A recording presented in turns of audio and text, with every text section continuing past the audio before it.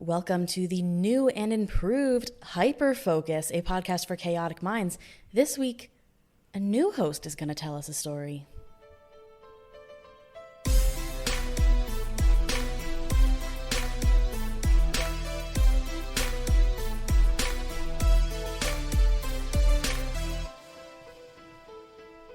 Hello, welcome back everyone, and a very special welcome to our new host, Maddie. Hello, everybody. How are you doing today? Man, I am super jazzed. I'm feeling very blessed to be in your presence, As to you be should.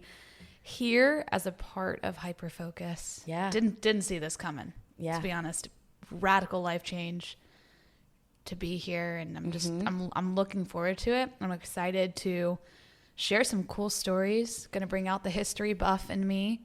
Okay. Yeah, I really am super excited. I have a really cool story for today too. So excited to share that with you and be a part of this. Wonderful. Wonderful. Now, if you have no idea what's going on here, if you have no idea who Maddie is, obviously, as we have been discussing the last few weeks, Lauren is gone. But we did a search for a new host, and we released a bonus episode a few days ago with some bits of Maddie's interview. She had to do that live on, well, not really live, but she had to be willing to record it for all of you to hear. Yeah. The good, the bad, the ugly. So we're excited to have her, but you have to live up to the hype. Yeah. Your position here is not set in stone. You have to do well, and we could fire you at any time. Yeah, that's good. So It's good to know. thin ice. Do your best. But my best needs to be for perfection. Correct. Okay. Anything less than perfection is a fireable offense. Right. So let's just get into it. Now, normally this is when we do apologies. Yeah, since I'm new, we're not going to be doing apologies this week. But there will be plenty to apologize for in the future. So have no fear. They'll be back. But this Great. week, I can't apologize for an episode I wasn't a part of yet. So we'll just have to leave the apologies blank for the past episode. Yeah, I think that just proves that my last episode was perfect. Yeah. As they usually are. So are you ready to just jump in? I'm ready to jump in. All I'm right. ready to What rock do you and roll. have for us today? So we all know, Hugh Hefner, Playboy Mansion, Sure, yes. Playboy Bunnies, right? I am familiar. Right. So he has his mansions. Chicago's the main one. He's got one out. Well, the original, I should say. The main one's out in LA. Luxurious 70s sex party weird lifestyle, right? All right. Did you know that there was a lesser known Hugh Hefner wannabe that built his own mansion in Chattanooga, Tennessee? Something about this feels vaguely familiar, but there's no way I could tell you what's going on here. So please enlighten me. So there is high up in on Mission Ridge in Chattanooga, Tennessee, a swingers palace. Oh boy! Oh my known gosh! as the Tiki Hut. Oh boy! This is scary. Now, spoiler alert, I do have to spoil this right from the beginning. The house is no longer standing. It was demolished in 2017. So unfortunately, I tried to go see it myself, but You tried to do some very in-depth research. I really tried to engross myself in the story. In this But lifestyle. circumstances kept me from really getting my hands dirty, So anyway, so this crazy party house from the 1970s has this air of like extravagance, but it's kind of eerie.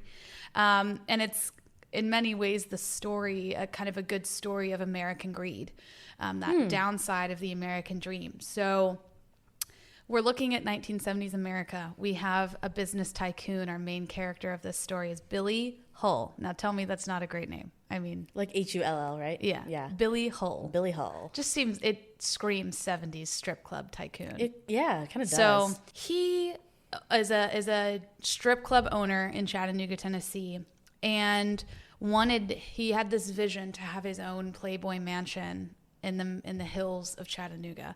Sure. as all, where else would you go? Because where else would you go? So exactly, I'm not sure.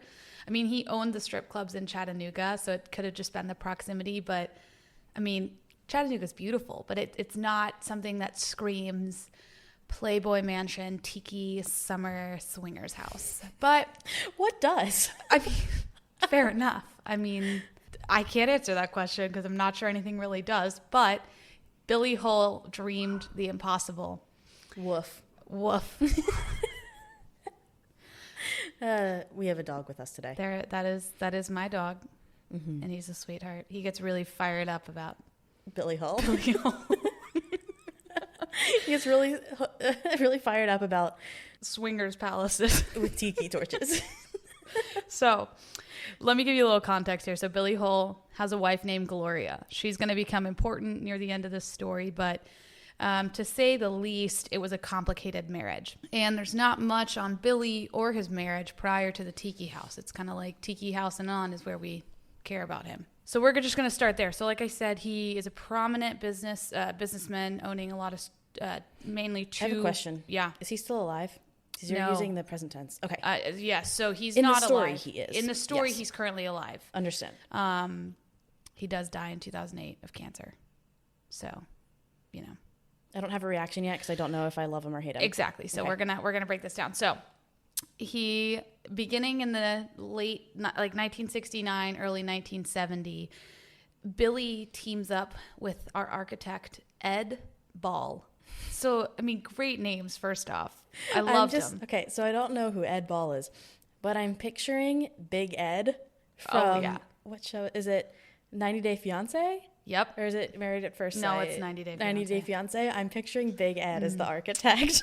I think for all intents and all intent and purposes. Yeah. That's right. Not intensive purposes. Intense and purposes. Right. Okay. Which is often intensive misspoken as intensive purposes. Intense and purposes. Correct. There you go. Okay. So for that, yes, we're going to pretend Ed Ball, our architect of the Tiki Hut Swingers Palace, Big Ed, is Big Ed from 90 Day Fiancé. It just fits. So when we turn this into a movie, we know who to call to cast. So they're teaming up to build this mega mansion. It takes them like 2 years to figure out what all the details it's gotta be perfect. Billy wants in this deluxe swingers resort. And it took about 14 months to complete. So in 1972, the Tiki Hut opened to the public, and there were actually 10,000 people who came to the original opening. I'm kidding. Like I don't know if all of them like actually made it inside because it it's only 5,600 square feet. So it's not like it's not huge. 5,600 square feet. It's a mansion small. for Chattanooga. 5,600? And the Are 70s. you sure? Yeah. I did my due diligence. 5,600 square feet. I'm not even kidding. How big is this studio and our offices? Like 1,000, right? something like that. Five of these. Okay, yeah. Now that I'm looking around, it's bigger than I had the same initial reaction. Yeah. Where I was like, that seems small. But I think it's the word mansion that you just automatically assume it's like 10,000 square feet. Yeah. I don't know why I was picturing this being like a more of like a resort, like a very large resort. But no. it's a single family home. It's what it says. Well, not single family. Correct. Multi couple. Right. See, I'm not sure if all 10,000 like went inside or if it was just like they were there for a show. Right. They were just, what can we see? Yeah. So anyway, so there's a lot of spectacular things that make this mansion super unique.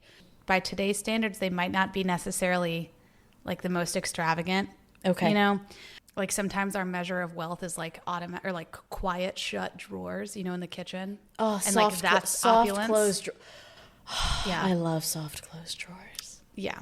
But for the 70s and for Chattanooga, this was like pinnacle of opulence. Okay. So, like I said, it's 5,600 square feet. It's got 3 bedrooms, 4.5 bathrooms. Okay. Again, this was kind of surprising because I was like, okay, that seems somewhat small. But then again, we have other rooms that are bigger than the bedrooms. Yeah, I figured.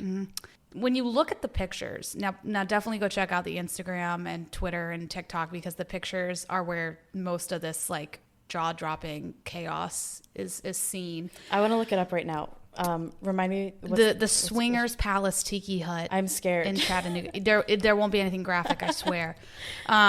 It is the most... Swingers Palace Tiki Hut. Yeah, Chattanooga.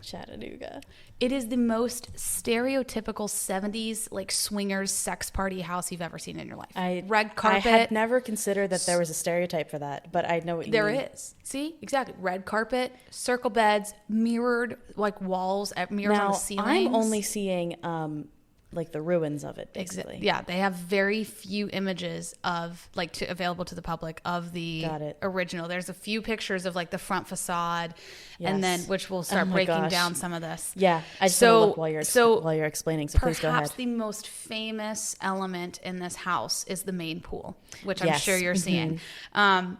It's located. It's the first thing you see when you enter this house. It is shaped like a Playboy bunny. And on the floor in the tile of the pool is the Playboy bunny logo. So as we can see, Billy had a clear example or like prototype he was looking for. We know what he's trying to do. He is not hiding that he wants his own Playboy mansion. Gosh, this really is very 70s. The wood paneling. It's crazy. Yeah. So the crazy thing about this pool is the bunny ears of the pool are actually canals to the bedrooms. Oh, I see that now. They have little bridges over and there's little them. bridges over it that help, make you can walk full circle around the pool. But those canals go into the two main bedrooms. So the pool is like 12 feet deep. It's a massive pool. It's like 20 by 40 feet. It's electrically heated and had its own like separate humidity controls. Like it was relatively advanced technology for a pool in the 70s. The pool also had a waterfall, a full bar, and a fire pit surrounded by real palm trees. The walls lining this room are what was really interesting to me. So in the pool room. So the walls next to the bunny ears were actually tinted glass, so that people in the bedrooms could look out and see what's going on in the pool, but nobody in the pool could look in the bedrooms. And then everywhere else was like this bamboo tiki hut facade, just like in the middle of Chattanooga, Tennessee. And so it's like this weird like blend of like vacation tropical vibes with like 1970s sex party. It's like the strangest juxtaposition ever. So that's kind of the main staple room. Yes. And there's also in this house a back patio. It's like massive, and it's overlooking the Chattanooga Valley. So really, quite honestly, peak views. It had a 12-person jacuzzi, a full sauna. That is a big jacuzzi. Right? I'm thinking like there's not even apartment complexes with jacuzzis that big. You get like two people in those. I don't even know if you can buy them that big. I'm sure you can. Special order. Can I get the Billy Hole special order, please? You can get anything for a price. That's true. So he also has a bar. I mean, he has bars all over this house. So just if there's a room, there's a bar. There's a room, there's a bar. So that's the back patio. So you can go in there's a lot of like glass doors to go into the living room. And the living room is like this thick red carpeted room with a giant fire pit, another bar, believe it or not. And this one has the mirrored glass walls. And I that just really creeps me out. Like mirrors sometimes freak me out in general, but I'm picturing like ballet studio, but like lots of crazy activities going on, Yeah. The mirrored glass finds itself in the bedrooms as well, which is equally as terrifying. And the bedrooms also had closed circuit TVs to view the pool area and other parts of the house. Oh no. Oh no. Just to keep an eye on everything. I'm going to say maybe that's not what it was for. Correct. The house also had intercom systems, and this isn't really that like crazy, but when I read that, it made me laugh because my grandparents used to have this massive like mile-long house that you'd like, it's just one story. You just had to walk from one end to the other to get to the kitchen. And they had an intercom system, and as kids we would like press the button, but it would just send a screeching like. So, so as you know, I'm a deep sleeper. Maybe you don't know that, but I am. Okay. I'm a deep sleeper, especially when I was in like middle school, high school, and I was getting like 5 hours of sleep a night. Yeah. So my mom got an intercom system that she could plug in one of them downstairs and one of them like in my room or in my bathroom. And every morning at like 6:30, like beep, beep. Yeah. Like until it had to be far enough from my bed though that I would like have to get out of bed to Right. answer it. And it drove me crazy. I hated Maybe it. that's what Billy was doing. Doubtful. Maybe not. Maybe they played hide and seek with it. Who knows? I know that's what we did. And sometimes we'd go in different rooms and try to talk to each other. Again, the intercom system was really broken in my grandma's house, but hey, Okay. I think we need to bring those back in homes. I think they're fun. Maybe you have one. Maybe you don't. That's the house. But that's not the end of the story. Yeah, I assumed. I'm not just that going was to the tell you case. about some architecture.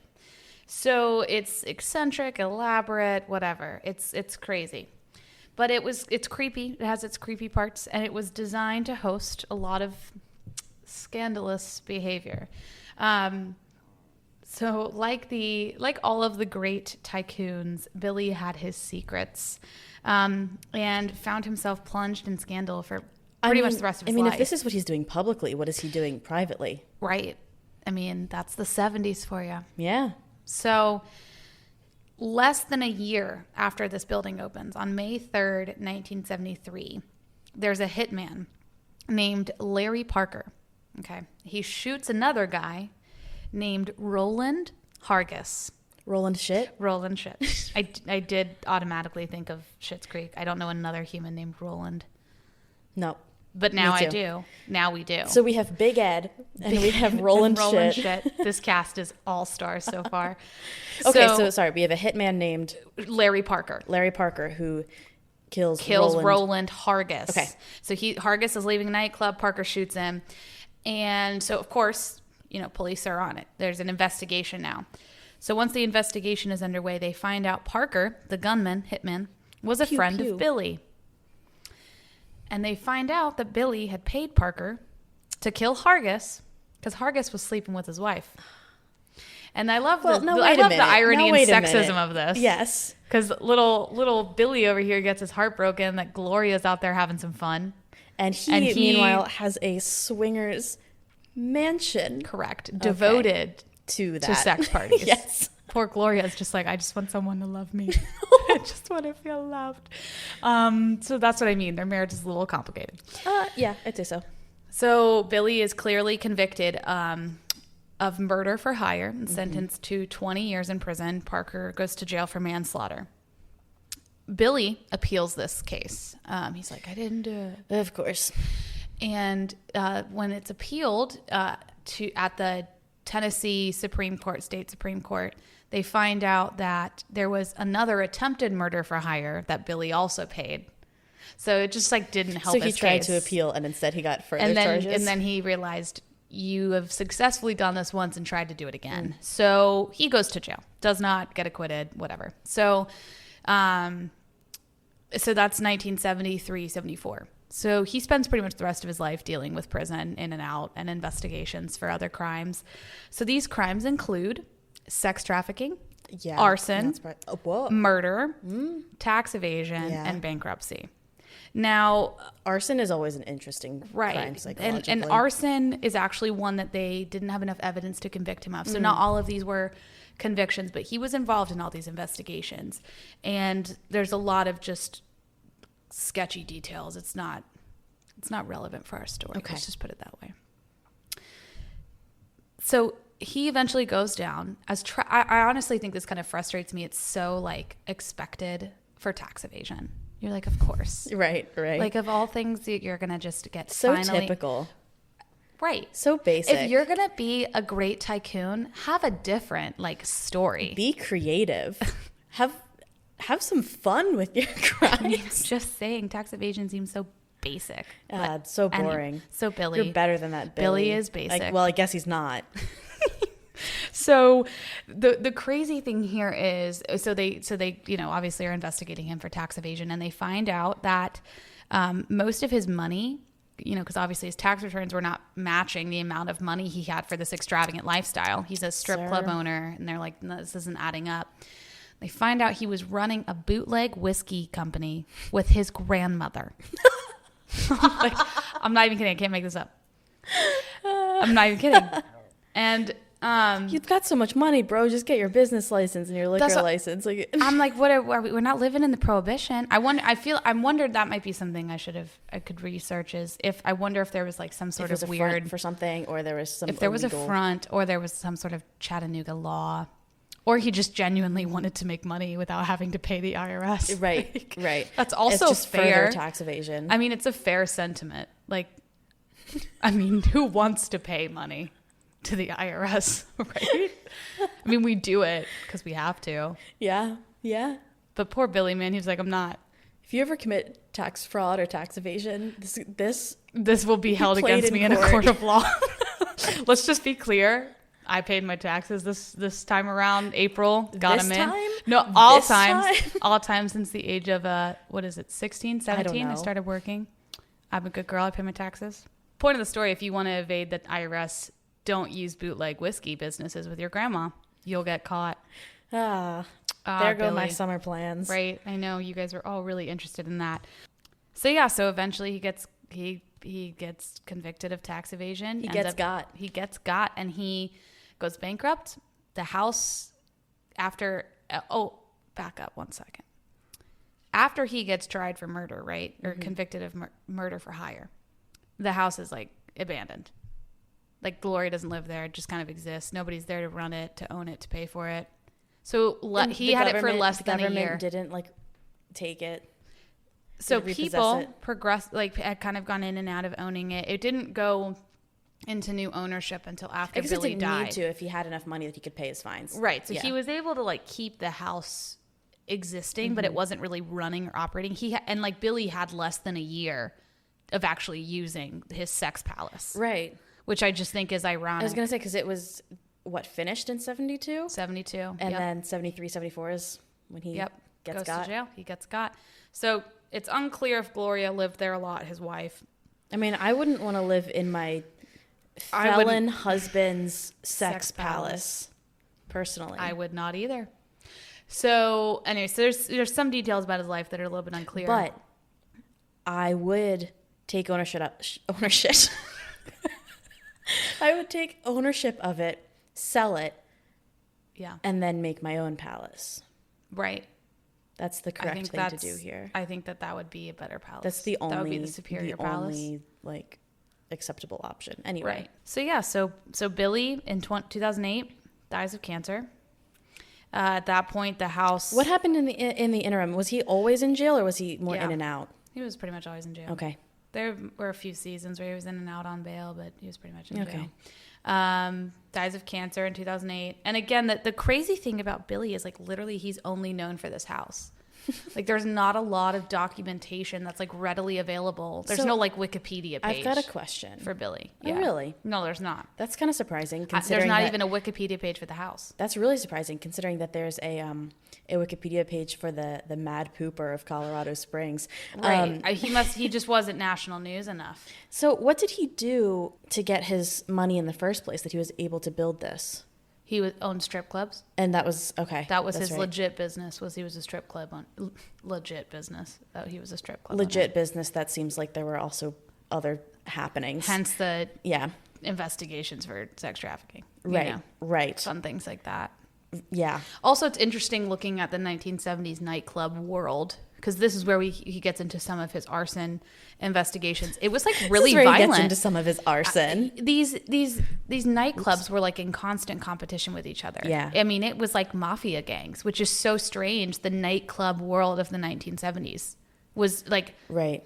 It wasn't just like, oh, let's go out for drinks and like have fun. It's like there's going to be a shooting.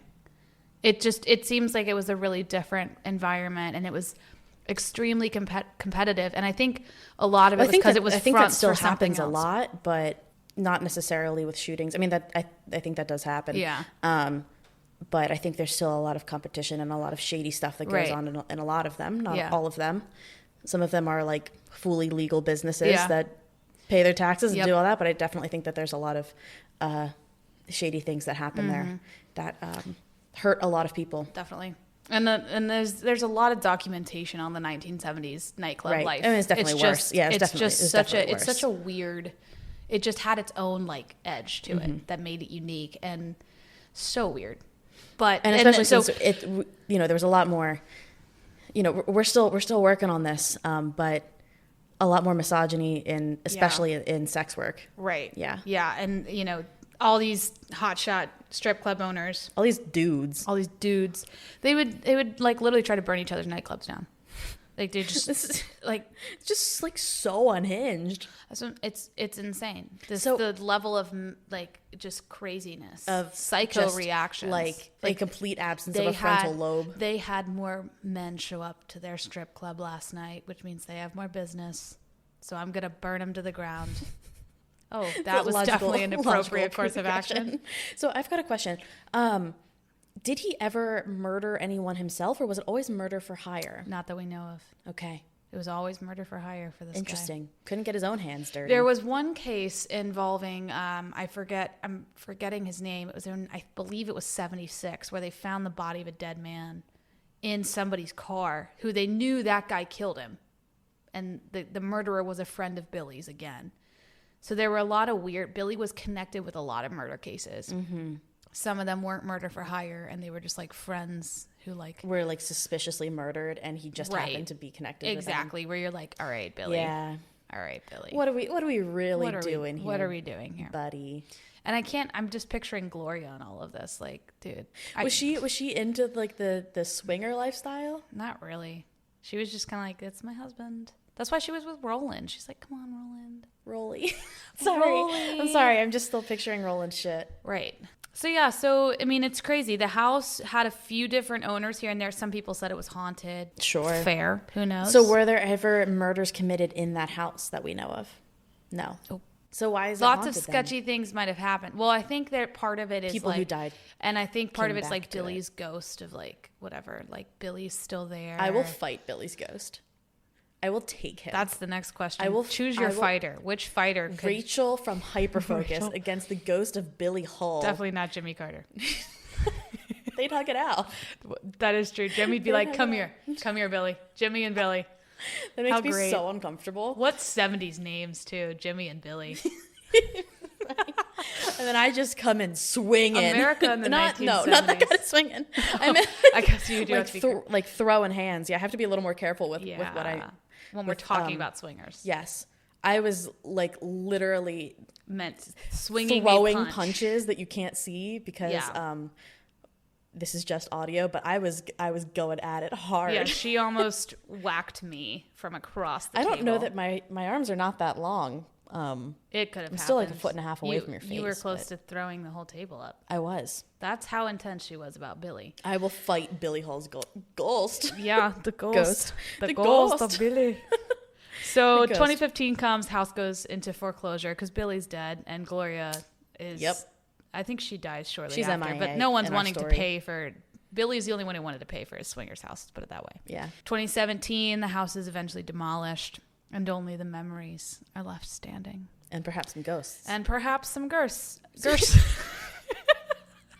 Why can't we can't say the word ghost? Is it because I threatened Billy Hull's ghost? I think so. He's not letting us say that word anymore. He's here. We brought him. I stand by what I said. So it's a creepy house, and it's a creepy story with some sketchy men in a sketchy time, like 1970s America, strip clubs. Sketch. You're just asking for sketch. Yeah. And it's just interesting the way his whole goal was like, I want to be the Hugh Hefner of the East Coast. You know, I just have to say, if your goal in life is to be the Hugh Hefner of anything, please think again. Check yourself for a hot second. Yourself. So, or I will wreck you. She'll come in wreck swinging. yourself. She'll come in swinging. Check yourself before Rachel wrecks yourself. So that is my story that I have for you today. The story of Billy Hull. Thank you. And the Tiki Hut Swingers Palace in Chattanooga, Thank Tennessee. you. That's never gonna leave me, especially the big like tiki faces right at the entrance. Yep. We'll have to put that in a picture on. Yep. Palm trees, tiki heads, horrendous bamboo tiki branch wallpaper, pools, saunas, too much. Bars. And more lots bars. of bars. And lots of mirrors. Lots of bars. We should model our studio after that. I do think that'd be quite a statement. Wood paneling and a bar. Love it. And a poorly shaped bunny pool. I couldn't think of the word Playboy. in a poorly shaped Playboy bunny tiled pool. Yep. It is. It's poorly shaped. Well, thank you very much for that, Maddie. You went big on your first one. Thank you. So the expectation has been set high, and good. you have to live up to that or exceed it every single episode from here on out. Okay. So if people want to look at the pictures, Right. they can find us. Where can they find us? Instagram. On Instagram, we are Hyperfocus Pod, Twitter. Hyperfocus_pod, TikTok. Hyperfocus Pod, Facebook. Hyperfocus, a podcast for chaotic minds. We have both a page and a group there. And they can also send us an email at hyperfocuscast@gmail.com. Send us your feedback on Maddie. I can take it. Good, bad, or otherwise. Be honest. And as always, if you have topic suggestions, fan mail for me. Not for me. Not yet. Not We'll there. see. Not there yet. Jury's still out. They'll get there. They'll love me. Any of that stuff. I mean, I talked about Billy Hull. How could they not love me? Take it easy.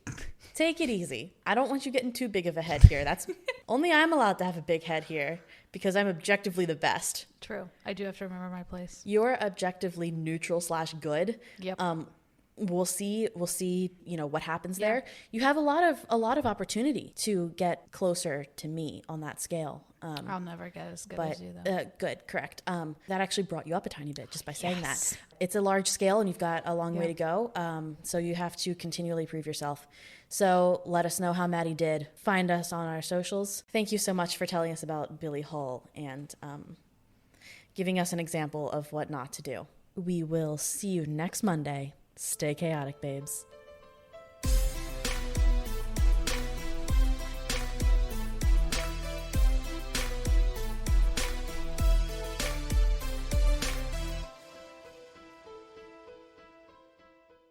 At Capella University, education is as smart as the world around us. With the FlexPath format, you can take classes at your own pace, set your own deadlines, and even leverage your previous experience to move faster. Now that's smart. Learn more at capella.edu. For the ones finding new ways to ensure the job always gets done. For the ones wearing many hats. For the ones who are hands-on, even from far away. And the ones keeping business moving forward. We are Grainger, offering supplies and solutions for every industry, with 24/7 support and experienced staff at over 250 local branches. Call, click Grainger.com, or just stop by. Grainger, for the ones who get it done.